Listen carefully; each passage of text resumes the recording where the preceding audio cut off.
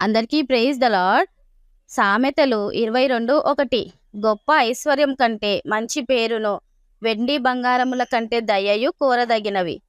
కొంతమంది తల్లిదండ్రులు పెట్టే పేరు ఒకటి, ఇంట్లో పిలుచుకునే ముద్దు పేరు ఒకటి.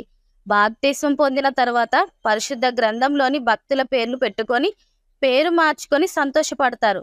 పేరు ఏదైనప్పటికీ బుద్ధి సరిగా ఉండాలి. పేరు మార్చుకుంటే సరిపోదు, బుద్ధి మారాలి. బుద్ధి మారాలంటే పాపములు ఒప్పుకొని మారు మనసు పొందాలి. ఇది ప్రాముఖ్యం. పరిశుద్ధ గ్రంథంలో కొందరు భక్తుల గురించి వారి పేర్లు ఏమైనా దేవుడు వారిని వేరే పేరుతో పిలిచాడు. యాకోబు మోసగాడు. అతడు తన పాపమును ఒప్పుకొని మారు మనసు పొందినప్పుడు దేవుడు అతనికి ఇశ్రాయేలు అని పేరు పెట్టాడు. నోవాహు నీతిమంతుడు, నిందారహితుడు. మోషే నా ఇల్లంతటిలో నమ్మకస్తుడు. దానియేలు బహుప్రియుడు. అబ్రహాము నా స్నేహితుడు. యాకోబు నా సేవకుడు. యోబు యథార్థవంతుడు, నీతిమంతుడు, దేవుని యందు భయభక్తులు గలవాడు, పాపమును విసర్జించువాడు. నతనీయేలు అతని యందు ఏ కపటము లేదు.